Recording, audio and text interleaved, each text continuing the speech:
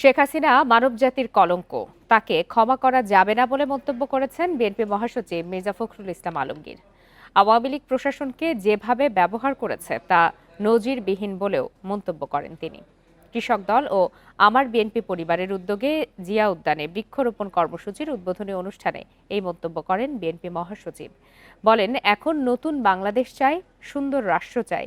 রাজনীতিতে ভিন্ন মত থাকবে, কিন্তু সকলকে সাথে নিয়ে একটি সুন্দর দেশ গড়ে তুলতে হবে। এ সময় তিনি বলেন, আগামী ফেব্রুয়ারিতে নির্বাচনের যে সময় নির্ধারণ করা হয়েছে, সেই নির্বাচনে জনগণের সরকার প্রতিষ্ঠিত হবে।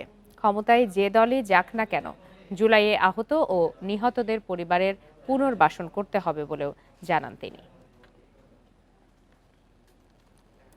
একটা জাতি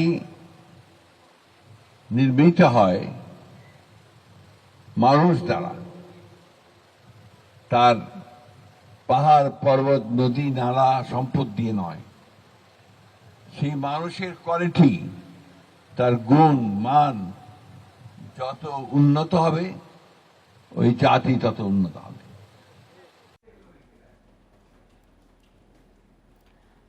আওয়ামী লীগ সরকারের সাবেক মন্ত্রী এমপি সহ গুরুত্বপূর্ণ ৪৫ আসামির মানবতা বিরোধী অপরাধের তদন্ত প্রতিবেদন দাখিলে আরও ৩ মাস সময় বাড়িয়েছে আন্তর্জাতিক অপরাধ ট্রাইব্যুনাল ১। এই মামলার গ্রেপ্তার ১১ মন্ত্রী ও ২ উপদেষ্টা সহ ১৬ আসামিকে আজ ট্রাইব্যুনালে হাজির করা হয়। এ বিষয়ে আরও বিস্তারিত জানাতে এই মুহূর্তে আন্তর্জাতিক অপরাধ ট্রাইব্যুনাল থেকে যোগ দিয়েছেন সহকর্মী জাহিদুল বাশার। জাহিদুল বাশার, ১১ মন্ত্রী এবং ২ উপদেষ্টা সহ ১৬ আসামিকে আজ ট্রাইব্যুনালে হাজির করা হয়েছে, যারা সবাই সাবেক। সেক্ষেত্রে আদালত তাদের বিরুদ্ধে কি কি বিষয় উপস্থাপন করেছে? দেখুন, আদালতে আজকে মূলত এই মামলার বিস্তারিত উঠে এসছে। আমি এই মুহূর্তে যদি একটু দেখায়, আমি এই মুহূর্তে আছি আন্তর্জাতিক অপরাধ ট্রাইব্যুনালের একের যে পেছন দিকে, যেখান থেকে আসামিদেরকে তোলা হয়। এই যে আমার ডান পাশে যেই পুলিশ ভ্যানটি রয়েছে, এখানে এরই মধ্যে আপনি যাদের কথা বলছিলেন যে ১১ জন মন্ত্রী, তার ভিতরে আমরা কিছুক্ষণ এবং উপদেষ্টা, তার মধ্যে আমরা দেখেছি এই গাড়িতেই উঠানো হয়েছে সাবেক মন্ত্রী আব্দুর রাজ্জাক। একটু আগে আরেকটা গাড়িতে দীপুমণি চলে গেছেন, সাবেক উপদেষ্টা সালমান এফ রহমান, এবং এই গাড়িতে আমরা দেখেছি যে জুনায়েদ আহমেদ পলক, তারা এখান থেকে গেছেন। এবং মোটামুটি আমরা সবাইকে আজকে আদালতের ভেতরেও আমরা যেটা দেখেছি, হাসানুল হক ইনু তিনি একটি বিষয় নিয়ে একটি অভিযোগ দায়ের আদালতে উত্থাপন করেছিলেন। তিনি বলেছেন যে তার কাশিমপুর কারাগারে ডিবি পুলিশের কয়েকজন কর্মকর্তা সেখানে তার ভয়েস পরীক্ষা করেছেন, অর্থাৎ স্বর টেস্ট করেছেন। এটি তিনি অভিযোগ করেছেন যে এটি অসৎ উদ্দেশ্য হতে পারে, কিন্তু সাথে সাথে আদালতের ভেতরে চিফ প্রসিকিউটর তিনি ব্যাখ্যা করে জানান যে না, এটি আদালতের পূর্বে নির্দেশনা আছে, তদন্তের স্বার্থে তদন্ত কর্মকর্তা এই কাজগুলো করতে পারবেন, এবং আন্তর্জাতিক অপরাধ ট্রাইব্যুনালের আইনেও সেই সুযোগ রয়েছে যে তদন্তের স্বার্থে তদন্তকারী কর্মকর্তা যে কোনো তথ্যপত্র সংগ্রহ করা বা কোনো বিষয়কে, কোনো রেকর্ডপত্রকে সিজ করে, এগুলো তার এখতিয়ারের মধ্যে পড়ে। সুতরাং এখানে অসৎ উদ্দেশ্যের কোনো সুযোগ নেই। এই একটি গাড়িতে কিছু আসামিরা চলে গেছেন, এবং এখন আরো যারা বাকি রয়েছেন, এখানে সাবেক মন্ত্রী কামরুল ইসলাম, সাবেক মন্ত্রী সেখানে রয়েছেন,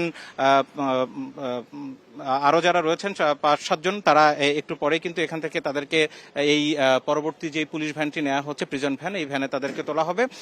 এখানে আজকে আদালতে মূলত ৩৯ জনকে আনা হয়েছে বিভিন্ন মামলার, ৭টি মামলার। সেই ৩৯ জন আসামির মধ্যে কিন্তু পুলিশের কর্মকর্তা ছিলেন প্রায় ১২-১৩ জন।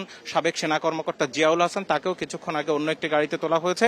তো এই ৭টি মামলার ভেতরে বিভিন্ন সময় দেওয়া হয়েছে, অর্থাৎ পরবর্তীতে তাদেরকে তাদের যে মামলা তাদের হাজির করা এবং তাদের মামলার যে তদন্ত প্রতিবেদন সেটি দাখিল করার জন্য আগামী ২ থেকে ৩ মাস কিন্তু সময় দেওয়া হয়েছে। এখানে একটা গুরুত্বপূর্ণ বিষয় হচ্ছে, এই মানবতা বিরোধী অপরাধের এই মামলা, যে যতগুলো মামলা হয়েছে তার মধ্যে সবচেয়ে গুরুত্বপূর্ণ মামলা ধরা হয় যে শেখ হাসিনার যে মামলাটি, সেই মামলায় যেহেতু সাবেক আইজিপি চৌধুরী আব্দুল্লাহ আল মামুন এবং সাবেক স্বরাষ্ট্রমন্ত্রী আসাদুজ্জামান খান, তারা দুজন রয়েছেন, তাদেরকে এই মামলা থেকে, অর্থাৎ আজকের মামলায়ও কিন্তু তারা আসামি ছিলেন, তাদের এখান থেকে মূলত তাদেরকে অব্যাহতি দেওয়ার জন্য চিফ প্রসিকিউটর বলেছিলেন যে তাদের বিরুদ্ধে যেহেতু আরেকটি মামলা রয়েছে সুতরাং সেই মামলায় তাদের আসামি করার জন্য, কিন্তু ট্রাইব্যুনাল থেকে অর্থাৎ আদালত বলেছেন যে যেহেতু তাদের বিরুদ্ধে এখানেও মামলা আছে, আমরা এই মামলা শেষ পর্যন্ত দেখতে চাই যে এখানে তাদের বিরুদ্ধে নতুন কোনো ফাইন্ডিংস বা নতুন কোনো তথ্য উপাত্ত আসে কিনা। সুতরাং তাদেরকে এই মামলাগুলো থেকে অব্যাহতি দেওয়া হয়নি, তারা ওই মামলায়ও আসামি থাকবেন এবং এই মামলায় আসামি থাকবেন। আমরা আসলে এখন আরো নতুন করে বেশ কয়েকজন আসামিকে এখান থেকে বের করা হবে যাদেরকে গারদখানায় রাখা হয়েছে। আমরা যেটি দেখেছি এখানে আদালত থেকে নামানোর সাথে সাথে কিন্তু তাদের যারা আত্মীয় স্বজন যারা আসেন তারাও কিন্তু তাদের সাথে দেখা করতে পারেন।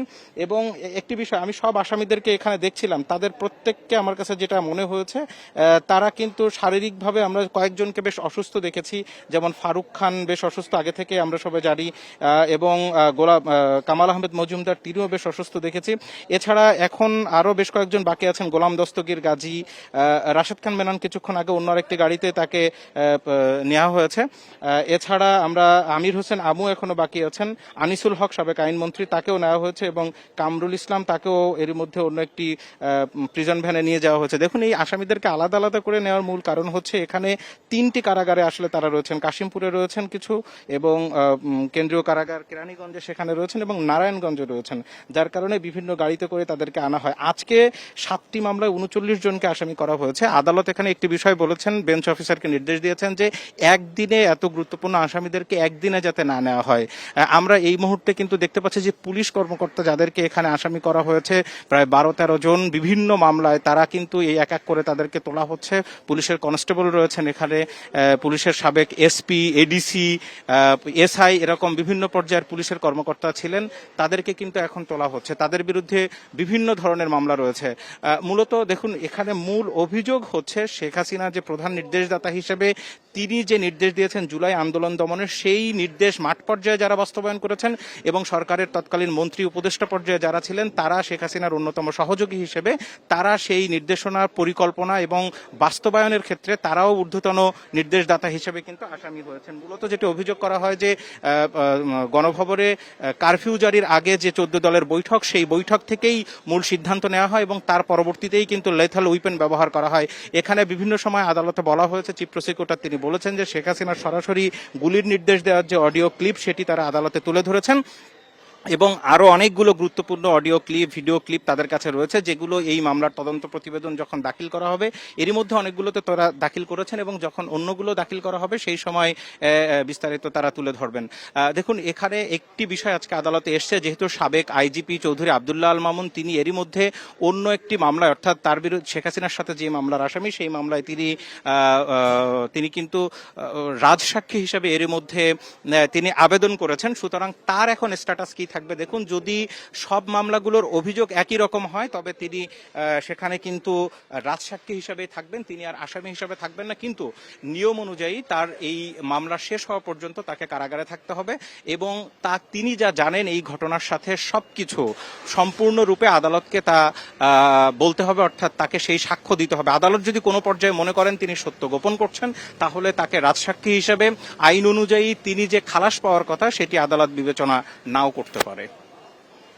স্যার, আপনাকে বিস্তারিতভাবে তুলে ধরার জন্য। পিআর বা ভোটের আনুপাতিক হারে সংসদে আসন বন্টনের পক্ষে বিপক্ষে রাজনৈতিক দলগুলোর মতামত থাকলেও বেশিরভাগ সাধারণ মানুষই জানেন না এর নিয়ম কানুন। বিশ্লেষকরা বলছেন দেশে এই পদ্ধতি বাস্তবায়নে অনেক চ্যালেঞ্জ রয়েছে।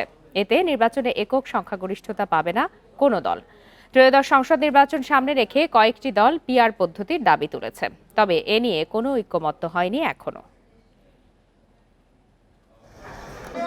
বর্তমানে ফার্স্ট পাস্ট দ্য পোস্ট পদ্ধতিতে নির্বাচন হয় বাংলাদেশে। এই পদ্ধতিতে একজন ভোটার শুধুমাত্র একজন প্রার্থীকে ভোট দিতে পারেন এবং যিনি সবচেয়ে বেশি ভোট পান তিনিই জয়ী হন। আর আনুপাতিক প্রতিনিধিত্ব বা পিআর পদ্ধতিতে সংসদের আসন বন্টন হয় রাজনৈতিক দলের প্রাপ্ত ভোটের হার অনুযায়ী। যদি কোনো দল মোট ভোটের 10% পায়, তাহলে সংসদের 10% বা 30টি আসন পাবে ওই দল, নির্ধারিত কোনো প্রার্থীকে নয়। এই পদ্ধতিতে ভোটাররা ভোট দেবেন শুধু প্রতীক দেখে। পিআর পদ্ধতিতে নির্বাচন অনুষ্ঠিত হলে ছোট বড় সব দল সংসদে প্রতিনিধিত্বের সুযোগ পাবে, থাকবে না কোনো দলের একক কর্তৃত্ব এবং ভোটারের মতামতের প্রতিফলন হবে। অন্যদিকে এই পদ্ধতিতে নির্বাচন দিলে কিছু চ্যালেঞ্জ ও ঝুঁকির মুখোমুখি হতে হবে। স্বল্প সময়ে সাধারণ মানুষকে এটি সম্পর্কে যেমন বোঝানো মুশকিল, তেমনি কাঠামোগত সমস্যার পাশাপাশি দেখা দিতে পারে রাজনৈতিক বিশৃঙ্খলা। এদিকে সাধারণ মানুষের অনেকেই জানেন না আনুপাতিক হার বা পিআর নির্বাচনের পদ্ধতি সম্পর্কে। কেউ কেউ জানলেও তাদের ধারণা পুরোপুরি স্পষ্ট নয়। আই এম সো সরি, আমি পিআর পদ্ধতি সম্পর্কে জানি না আসলে। নতুন প্রতিনিধিত্ব উঠে আসবে, যেটা ফেস করা সরকারের জন্য সমস্যা হবে। তারপর এটা হচ্ছে সময় সাপেক্ষ হবে। আমাদের দেশটাই তো হচ্ছে অন্যরকম। আমি নেতাই চিনতে পারলাম না, আমি কাকে দেব ভোট? যদি প্রার্থী সুষ্ঠু, যোগ্য এবং আমার দেশের কল্যাণে কাজ করে, তাহলে যে কোনো পদ্ধতি আসলে আমাদের জন্য উপকার করে। এই পদ্ধতির নির্বাচনে সরকার গঠিত হলে আরও সংকটে পড়বে দেশ। ঐক্য নষ্ট হবে সংসদে, মত বিশেষজ্ঞদের। বাংলাদেশের জন্য এই ব্যবস্থার জাস্টিফিকেশন খুবই সামান্য, এবং এই ব্যবস্থা যদি আসে তাহলে কিন্তু দেখা যাবে এখন রাজনৈতিক দল যেটা সরকার গঠন করে সে তার মাস্তানরাই শুধুমাত্র সংসদে যায়। ধরেন আমরা তো পেশি শক্তি এবং মাস্তানি বন্ধ করতে পারিনি নির্বাচনে, তো যতদিন পর্যন্ত আমরা করতে পারবো না, এখন এই ধরনের আনুপাতিক নির্বাচন হলে আরও অন্যান্য দলের মাস্তানরা ঢুকে পড়বে। নির্বাচনের বাকি আর মাত্র কয়েক মাস। এই স্বল্প সময়ের মধ্যে পিআর পদ্ধতি বাস্তবায়ন কতটা সম্ভব সেটাই এখন মূল প্রশ্ন।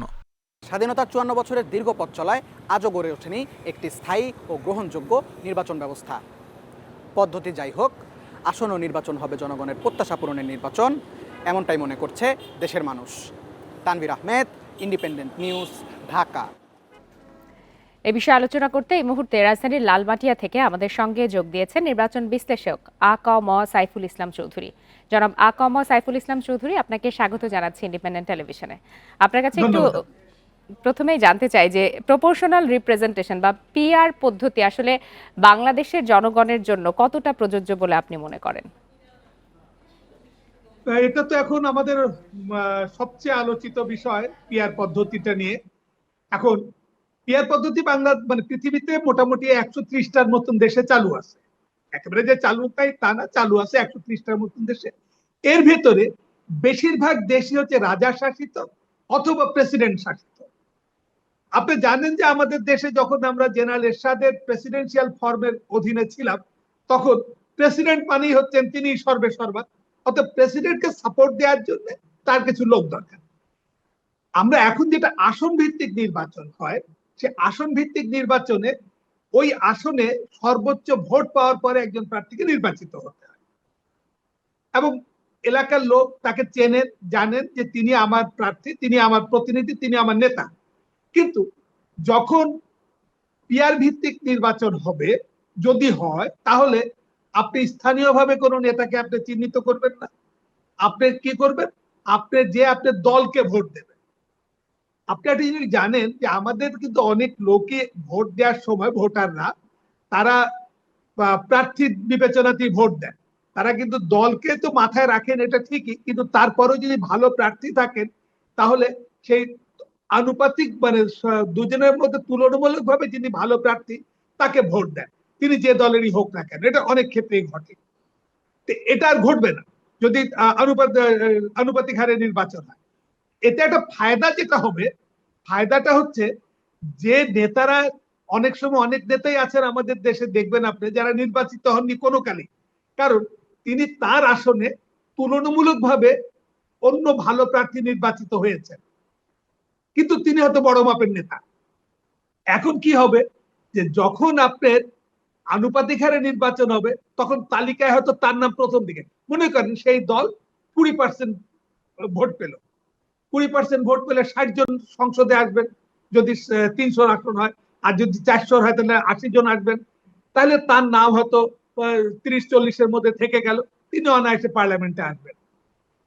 কিন্তু সেই ভদ্রলোক হয়তো দেখা গেল যে আসন ভিত্তিক নির্বাচনে নির্বাচিত হতে পারবেন। এটা তার ফায়দা। আরেকটা ফায়দা হবে কি, যে আপনি 91 সালের নির্বাচনটার একটা আপনাকে পরিসংখ্যান বলি। সেটা হচ্ছে 91 নির্বাচনে জাকের পার্টি এবং বাংলাদেশের কমিউনিস্ট পার্টি সারা দেশে প্রায় সমান সমান ভোট পেয়েছিল। জাকের পার্টি পেয়েছিল হচ্ছে 1.22% ভোট, আর বাংলাদেশের কমিউনিস্ট পার্টি পেয়েছিল 1.19% ভোট। কিন্তু আসন ভিত্তিক নির্বাচনে কমিউনিস্ট পার্টি 5টা আসন পেয়েছিল, জাকের পার্টি কোথাও কোনো আসন পায় নাই। কিন্তু যদি আনুপাতিক হারে নির্বাচন হয়, সংখ্যানুপাতিক হারে, তাহলে ওই নির্বাচনে জাকের পার্টি এবং কমিউনিস্ট পার্টি দুটি 4টা করে আসন পেত। এটা এখন ফায়দাটা কি? আচ্ছা, আমি আরেকটু পরিষ্কার হতে চাই যে পিআর পদ্ধতিতেও ভোটাররা মার্কা দেখে ভোট দেবেন, এখন তো প্রার্থী দেখে ভোট দেন, তারপরেও দেখা যায় যে প্রয়োজনের সময় জনপ্রতিনিধি খুঁজে পাওয়া যায় না। সেক্ষেত্রে এই পিআর পদ্ধতিতে যদি ভোট হয়, সাধারণ মানুষ আসলে কার কাছে যাবে, দলের কার কাছে গেলে তারা সুযোগ সুবিধা পাবে? এবং আমাদের দেশে কিন্তু দেখা যায় যে মার্কায় সিল দিতেও অনেকে পারেন না, তারা কিভাবে এই জটিল পদ্ধতি বুঝবেন? না, ওই মার্কাতেই তো ভোট দেন আমাদের লোকজন, এখনো সে মার্কাতেই ভোট দেবেন। তারা হয়তো দেখা গেল যে আপনার কলা গাছ মার্কা, তেঁতুল গাছ মার্কা, তারপরে হচ্ছে আপনার এই ধরনের মার্কা টার্কা থাকলো, তাতে তিনি একটা ভোট দিলেন আর কি। ভোট দেওয়ার পরে সেই ভোট গুনে হলো। এখন আপনি বললেন প্রার্থী বাছাই করা। এখন মনে করেন আমি আপনাকে একটা জেলার কথা বলি, নড়াইল জেলা ধরেন। নড়াইল জেলা এখন 2 জন প্রতিনিধি নির্বাচিত হন। এই মুহূর্তে নড়াইল জেলার কেউ জাতীয় পর্যায়ের কোনো নেতা নেই। কোনো দলই দেখা যাবে যে নড়াইল জেলার কাউকে হয়তো আপনার ওইভাবে শীর্ষ 60, শীর্ষ 50, শীর্ষ 100-র মধ্যে রাখবেন না, দলের নেতা ওভাবে নেই। ফলে সেই সব দলের থেকে যারা যত প্রার্থী হোক তারা আসবেন না। আবার দেখা যাবে যে আমার নিজের জেলা, নামটা আর বলি না, আমার নিজের জেলা থেকে হয়তো দেখা গেল যে আমার উপজেলা থেকে হয়তো 5 জন প্রতিনিধি চলে আসলেন, কারণ 5 জন 5 দলের হয়তো তারা শীর্ষ নেতার তালিকায় আছেন, তারা চলে আসবেন। আরেকটা জিনিস যেটা খুব বাজারে বলা হচ্ছে পিআর পদ্ধতির পক্ষে, সেটা হচ্ছে যে আগে যে মনোনয়ন বাণিজ্য হতো, মনোনয়ন বাণিজ্য হবে না। তো মনোনয়ন বাণিজ্য কেন হবে না ভাই? আপনি 60 জনের মধ্যে নাম ঢুকানোর জন্য আপনি অস্থির হয়ে থাকবেন। আপনার দল মনে করেন 18% ভোট পেল, 18% ভোট পেলে আপনি 3, 18, 54টা আসন পাবেন আপনি। তা আপনি তো আগের থেকে চেষ্টা করুন, আপনি জানেন না কত পার্সেন্ট ভোট পাবেন, আপনি চেষ্টা করুন। স্বতন্ত্র প্রার্থীদের কি হবে, এই বিষয়টি যদি একটু ব্যাখ্যা করতেন। প্রার্থীকে হবে, স্বতন্ত্র প্রার্থীদের কি হবে? স্বতন্ত্র প্রার্থী যারা, স্বতন্ত্র তো দাঁড়াতে পারবে না, স্বতন্ত্র দেখে নাও, স্বতন্ত্র তো কোনো দল নেই, আপনার দলকে বাঁচতে হবে। এটি তো গেল দল এবং ব্যক্তির কথা, জনগণ আসলে এখান থেকে কি ধরনের সুবিধা পাবে? জনগণ কোনো কালেই কোনো সুযোগ পায় না। জনগণের হচ্ছে যে ওই শেষ পর্যন্ত ওইদিকে আম চলে যাবে, দুধ চলে যাবে, আটিটা জনগণের হাতে, এবং দেখা যাবে যে জনগণ আটি চুপবে, আর কিছুই করবে না।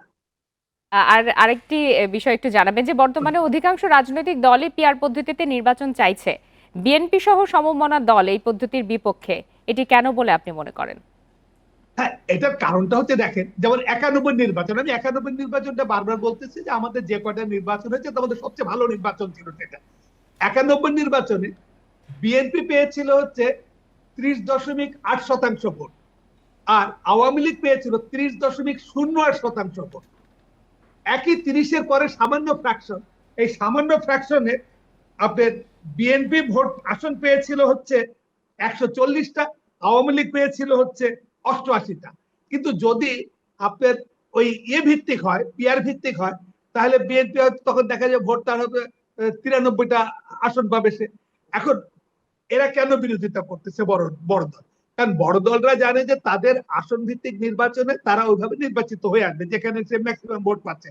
কিন্তু ছোট যে দল, এখন যেমন ধর আমি নাম বলেন, নাম বলে হয়তো মাইন্ড করতে পারে যে উত্তরবঙ্গের একজন যে নেতা আছেন যিনি ঢাকা শহরে গতবার উপনির্বাচনও করেছিলেন, নাটক টাটকও করেন, তার দল মনে করেন একটা দাঁড়ায় কেন? অথবা ধরেন যে যদি বাংলাদেশে ভিখারি সমিতি একটা গঠন হয়, এই ভিখারি সমিতি গঠন করে তারা যদি নির্বাচন করে এবং ইলেকশন কমিশন যদি তাদেরকে দয়া করে রেজিস্ট্রেশন দিয়ে দেয়, তাহলে ভিখারি সমিতিকে আপনি মনে করেন না যে আমাদের প্রতিটি গ্রামে 10 জন ভিখারি আছে, 10 জন ভিখারি তার পরিবার যদি আপনি হিসাব করেন, তারা 10টা করে ভোটও যদি পায় প্রত্যেকটা কেন্দ্রে, আসন কেন্দ্রে 4500 কেন্দ্রে তারা ভোট পাবে 45, আপনার হচ্ছে 10টা করে ভোট পেলে 4500 কেন্দ্রে ভোট পাবে 45,000, আপনার মানে তাদের ভোট চলে আসবে প্রায় 4 লাখের মতন ভোট চলে আসবে। এই যে ভোট চলে আসবে, আসলে পরে দেখা যাবে কি তারাও সংসদে তাদেরও প্রতিনিধিত্ব করার সুযোগ চলে আসতে পারে। জনাব আকম সাইফুল ইসলাম চৌধুরী, আপনাকে অসংখ্য ধন্যবাদ আমাদেরকে সময় দেওয়ার জন্য। রাঙ্গামাটির পথসভায় কথা বলছেন জাতীয় নাগরিক পার্টি নেতারা। এই বিষয়ে আরো বিস্তারিত জানাতে এই মুহূর্তে আমাদের সাথে যোগ দিয়েছেন সহকর্মী হিমেল চাকমা। হিমেল চাকমা, এরই মধ্যে রাঙ্গামাটিতে পথসভা শুরু হয়ে গেছে বলে আমরা জানতে পেরেছি, এবং আপনার মাধ্যমে ঘণ্টাখানেক আগেও জেনেছি যে নিরাপত্তার চাদরে ঢেকে ফেলা হয়েছে পুরো রাঙ্গামাটি এলাকা। সর্বশেষ পরিস্থিতি জানাবেন।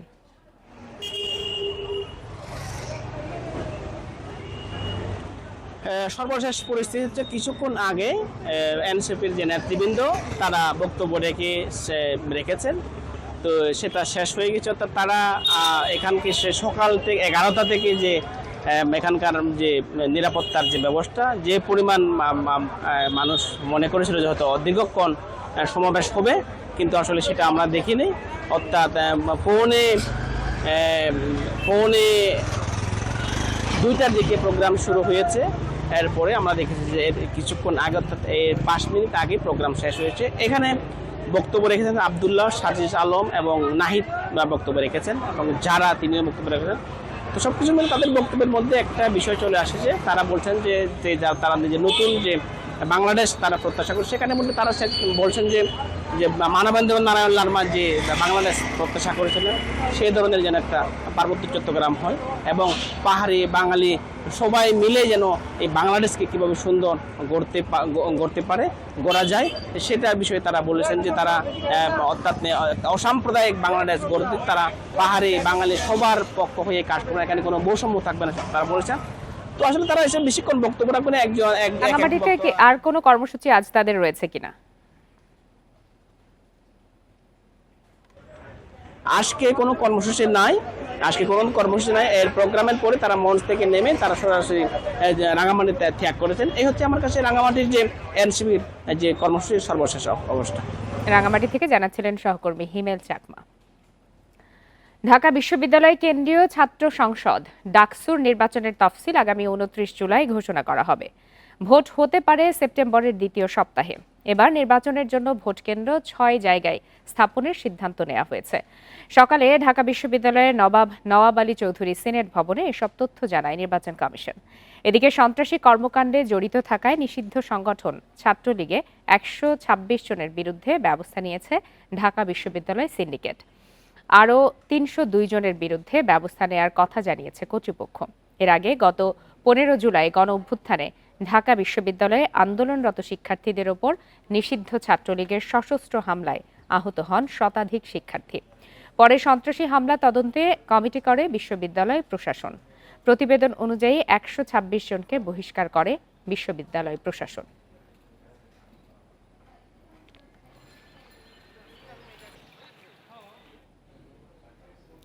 এ বিষয়ে কথা বলতে এই মুহূর্তে ঢাকা বিশ্ববিদ্যালয় ক্যাম্পাস থেকে যোগ দিয়েছেন সহকর্মী নূরে আলম। নূরে আলম, ডাকসুর নির্বাচনের তফসিল আগামী 29 জুলাই ঘোষণা করা হবে, সেক্ষেত্রে বিশ্ববিদ্যালয়ের প্রস্তুতি কতটা সম্পন্ন হয়েছে, আর ছাত্র সংগঠনগুলোই বা কতটা প্রস্তুতি নিতে পেরেছে, তারা কি বলছে?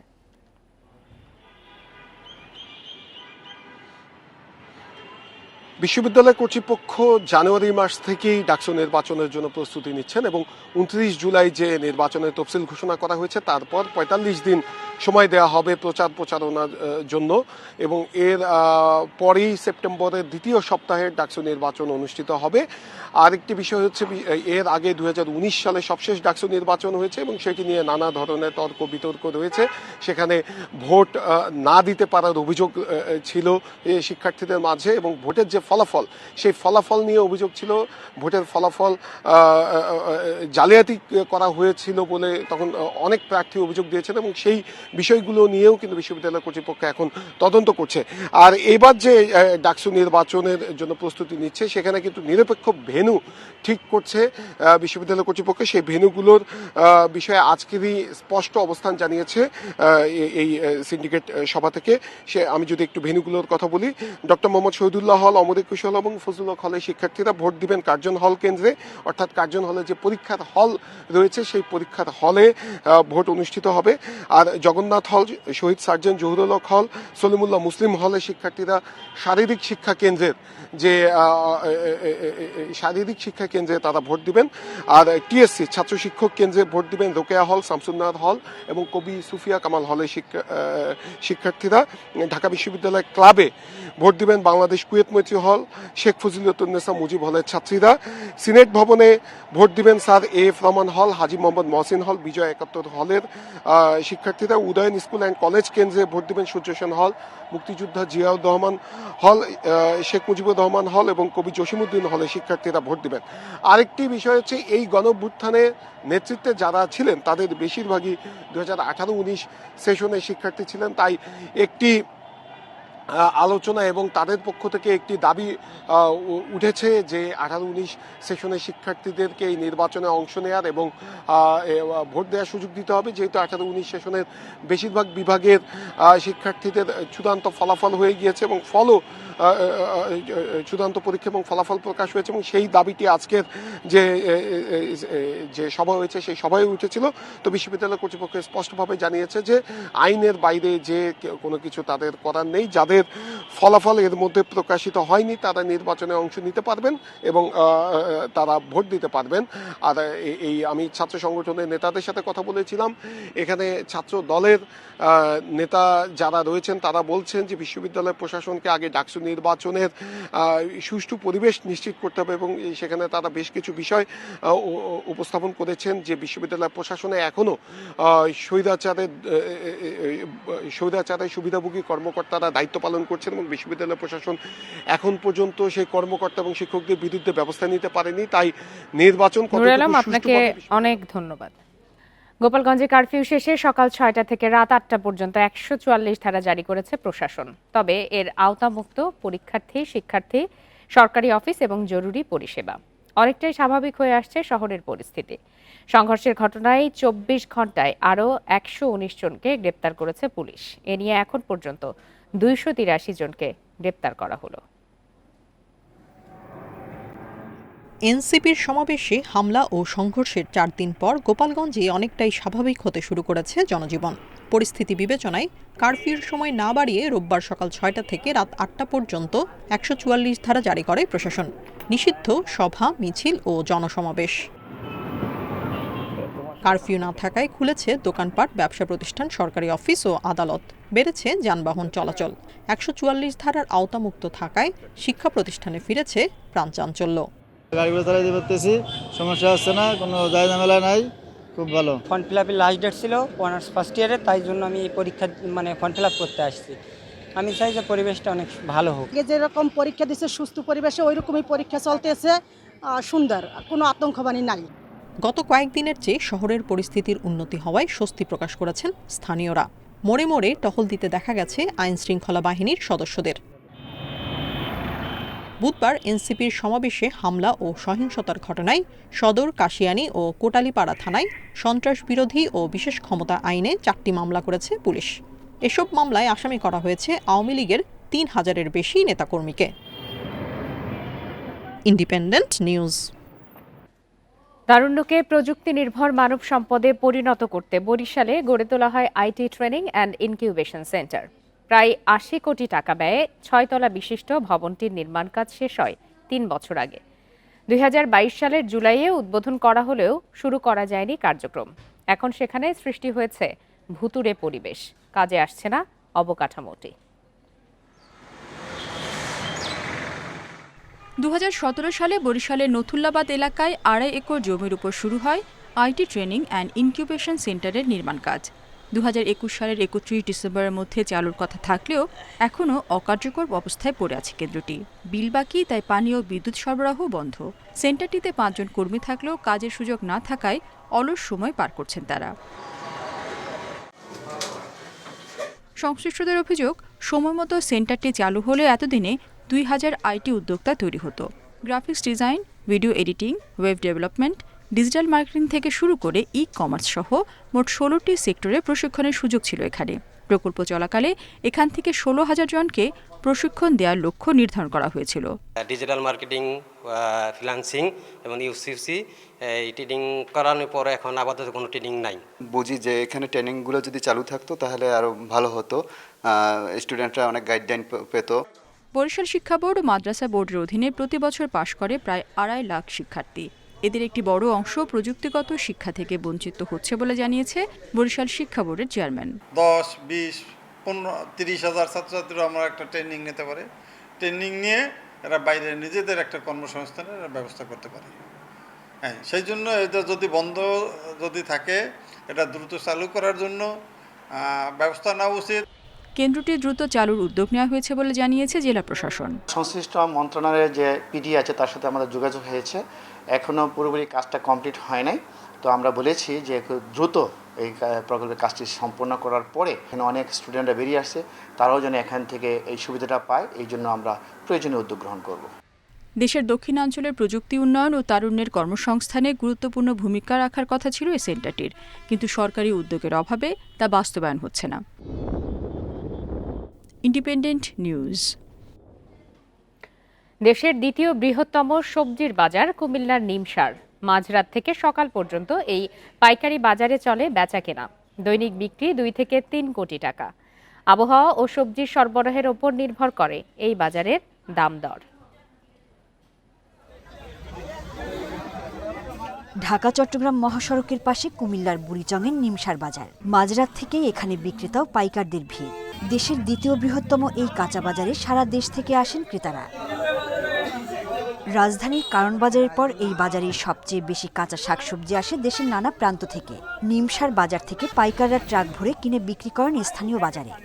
আমি নাটক থেকে আনি, আর অন্যান্য জনকে মহাস্থান থেকে আনে, দিনাজপুর থেকে আনে, ঠাকুরগাঁও থেকে আনে, পঞ্চগড় থেকে আনে। রাত্রে নামে আবার সকালেও বিক্রি হয়ে যায়, একটা মালও বাসি হয়। সম্প্রতি অতিবৃষ্টি বিভিন্ন এলাকায় জলাবদ্ধতার কারণে নিমসার বাজারে শাকসবজির দাম প্রতিদিনই ওঠানামা করছে। আড়তদাররা জানান, সরবরাহ কম থাকলে স্বাভাবিকভাবেই সবজির দাম বাড়ে। তবে গত সপ্তাহের তুলনায় এ সপ্তাহে দাম কিছুটা কম। কম আসে তাহলে হয়তো রেটটা একটু বাড়তি থাকে, আর মাল যদি আমদানি বেশি থাকে তাহলে রেটটা একটু কম থাকে। রাত্রে শশার বাজার আছিল 1400 টাকা কি 1500 টাকা, এখন শশা শর্ট বাজারে এই কারণে নাই দিকে, এখন 2100 টাকা 2000 টাকা বেশি। এই যে 6 টাকা কিনা নিয়েছি 10 টাকা বিক্রি করি, খরচ আছে, গাড়ি ভাড়া আছে, এরকম আর কি 2 টাকা 3 টাকা এক মোড়ায় পাই আর কি। কুমিল্লার নিমসার বাজারে শাকসবজির পাশাপাশি সারা দেশ থেকে আসা বিভিন্ন ফলমূলও বিক্রি হয়। বুড়িচং উপজেলা প্রশাসনের অধীনের এই বাজারটি ইজারার মাধ্যমে পরিচালিত হয়। Independent news. দেশে কমছে মোবাইল ইন্টারনেট ব্যবহারকারীর সংখ্যা। টেলিযোগাযোগ নিয়ন্ত্রক সংস্থা বিটিআরসির তথ্য বলছে, চলতি বছরের মে পর্যন্ত গত 1 বছরে প্রায় 1,16,00,000 ব্যবহারকারী কমেছে। এর মূল কারণ হিসাবে ইন্টারনেটের দাম বৃদ্ধি ও দুর্বল সংযোগকে দায়ী করছেন গ্রাহকরা। যদিও অপারেটরদের দাবি, করের বোঝা বাড়ায় ইন্টারনেটের খরচও বাড়ছে। বর্তমানে মোবাইল ব্যাংকিং, ই-কমার্স, অনলাইন শিক্ষা সহ বিভিন্ন জায়গায় ইন্টারনেট সেবা জরুরি হলেও জীবনযাত্রার ব্যয় বেড়ে যাওয়ায় মানুষ মোবাইল ইন্টারনেট ব্যবহারে খরচ কমিয়েছেন। গ্রাহকরা বলছেন, মোবাইল ডেটার খরচ বাড়াসহ নেটওয়ার্ক সমস্যা ও সুবিধা অনুযায়ী ইন্টারনেট প্যাকেজ কম থাকায় ব্যবহার কমিয়েছেন তারা। নিয়ন্ত্রক সংস্থা বিটিআরসির তথ্য মতে গত বছরের মে মাসে ইন্টারনেট গ্রাহকের সংখ্যা ছিল 12,78,00,000, যা চলতি বছরের মে মাসে কমে দাঁড়িয়েছে 11,76,00,000-এ। নেট কানেকশন তো আসলে ঢাকাতে কিছুটা পাওয়া যায়, কিন্তু আমার বাড়ি তো কুষ্টিয়া। দেখা যাচ্ছে কুষ্টিয়ার ওই আপনার বর্ডারের সাইডে বা শহরাঞ্চলে বা গ্রাম অঞ্চলে তো অতটা পাওয়া যায় না। যে টাকার রেট, এই টাকাতে তো একজন মানুষের 1 সপ্তাহ পকেট খরচ চলে যাবে আরামসে। তাহলে কিভাবে নেট ভরবে মানুষ? এদিকে ইন্টারনেটের দাম বাড়া ও ব্যবহারকারী কমার পেছনে সরকারের নীতিমালা ও কর ব্যবস্থাকে দায়ী করছেন মোবাইল অপারেটররা। তাদের দাবি, গত অর্থবছরে সম্পর্ক শুল্ক, মূসক সারচার্জ সহ মোট কর ভার 39% বেশি থাকায় সেবামূল্য বাড়াতে হয়েছে। ফলে প্রতিনিয়ত কমছে ইন্টারনেট গ্রাহক। বাংলাদেশে যে 39% ট্যাক্স ডাইরেক্টলি ইম্পোজ করা হয়, সেটা অন্যান্য দেশের তুলনায় একটু বেশি। ওভারঅল গিয়ে দেখা যায় যে আপনার ডাইরেক্ট ট্যাক্সেশন পড়ে প্রায় 56%-এর মতন, এবং এফেক্টিভ ট্যাক্স রেট গিয়ে দাঁড়ায় প্রায় 70 থেকে 72%।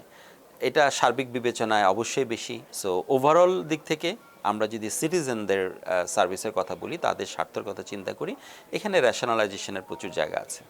মোবাইল ও ব্রডব্যান্ড মিলিয়ে দেশে এখন ইন্টারনেটের মোট গ্রাহক 13,20,00,000-এর মতো, যেখানে শুধু মোবাইল ইন্টারনেট ব্যবহারকারীর সংখ্যা 11,76,00,000। Amirul Islam, independent news, Dhaka. শেষ করছি আজকের বিরতিহীন সংবাদ দুপুর। ধন্যবাদ সবাইকে।